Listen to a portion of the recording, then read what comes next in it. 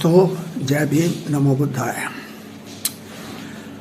हम जो यहाँ कहने जा रहे हैं, हमारा मकसद किसी की भावनाओं को ठेस पहुँचाना नहीं है। हम सब भारतवासी हैं और हमें एक दूसरे का सम्मान करना चाहिए। अभी कुछ दिनों पहले जब संसद का सत्र चल रहा था तो हमारे देश के मूर्धन्य प्रधानमंत्री श्री नरेंद्र दामोदर दास मोदी ने बड़ी सभा में, संसद में कहा कि लोग नेहरू सरनेम क्यों नहीं लगाते हैं, गांधी सरनेम क्यों लगाते हैं। अब हमें नहीं पता कि ये एक जो सामान्य परिपाटी है, सामान्य प्रचलन है, सामान्य परंपरा है हमारे देश में कि लोग अपने पिता के सरनेम को ही अपनाते हैं, माँ के सरनेम को नहीं अपनाते हैं। पंडित जवाहरलाल नेहरू के कोई लड़का नहीं था, उनके सिर्फ एक लड़की थी, इंदिरा गांधी। आपको पता है कि शादी से पहले लड़कियां अपने पिता का सरनेम लगाती हैं और शादी के बाद अपने पति का सरनेम लगाती हैं। इसी प्रकार इंदिरा ने भी अपने पति का सरनेम गांधी लगा दिया। इंदिरा गांधी के पति फिरोज शाह गांधी एक पारसी थे। पारसी समुदाय ने इस संबंध को मान्यता नहीं दी, इसलिए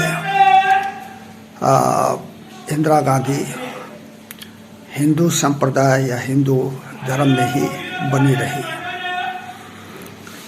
अब ये एक ऐसी बात है कि मान लीजिए कि दो आदमी हैं जो चोरी करते हुए पकड़े जाते हैं। एक को पुलिस पकड़ लेती है चोरी करते हुए, लेकिन दूसरे को छोड़ देती है क्योंकि वो बहुत ही प्रभावशाली व्यक्ति है। तो क्या ये न्याय संगत है कि एक ही जैसे अपराध के लिए एक को छोड़ दिया जाए और दूसरे को पकड़ लिया जाए? मैं समझता हूँ ये उचित नहीं है किसी भी दृष्टि से। हम ये कह सकते हैं कि श्री पवन खेड़ा से चूक हो गई कि उन्होंने नरेंद्र गौतम दास मोदी कह दिया, लेकिन इसमें मैं समझता हूँ कि कोई गलत भी बात नहीं उन्होंने कही, क्योंकि हमारे प्रधानमंत्री जो है अडानी के एम्बेसडर तो हैं ही, एम्बेसडर के पैरोकार तो हैं ही।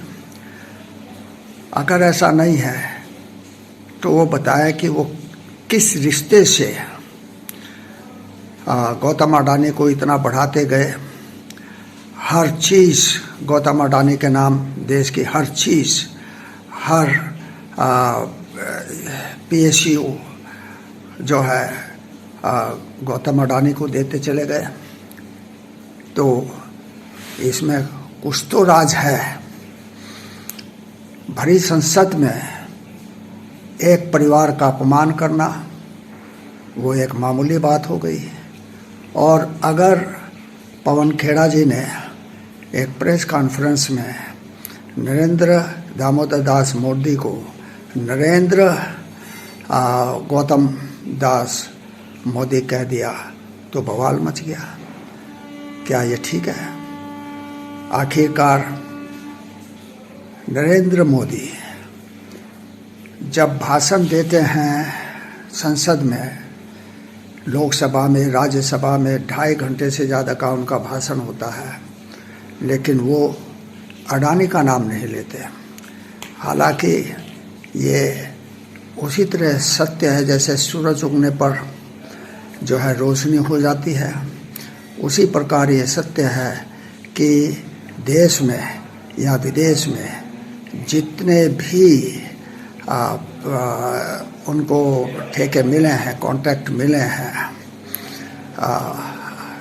तो वो मोदी के कहने पर ही मिले हैं। मोदी ने ही उसकी पैरोकारी की है। तो जब वो अब सबसे ऊपर गौतम अडानी को रखते हैं, तो अगर गौतम अडानी के नाम पर नरेंद्र गौतम दास मोदी कह दिया तो कौन सा पहाड़ टूट गया। यह ध्यान रखना चाहिए। और हमारे प्रधानमंत्री तो खैर बहुत ही विद्वान व्यक्ति हैं, उनको वेदों का भी ज्ञान है, पुराणों का भी ज्ञान है, हर चीज़ साइंस का भी ज्ञान है। वो तो विज्ञानी व्यक्ति हैं, तो उनसे ये कैसे जो है बात उन्होंने कह दी कि गांधी परिवार नेहरू का सरनेम क्यों नहीं लगाता है। ये एक हास्यास्पद बात है या नहीं है? आप बताएं कि क्या इससे सोनिया गांधी का अपमान नहीं हुआ? क्या इससे राजीव गांधी का अपमान नहीं हुआ? क्या इससे राहुल गांधी का अपमान नहीं हुआ?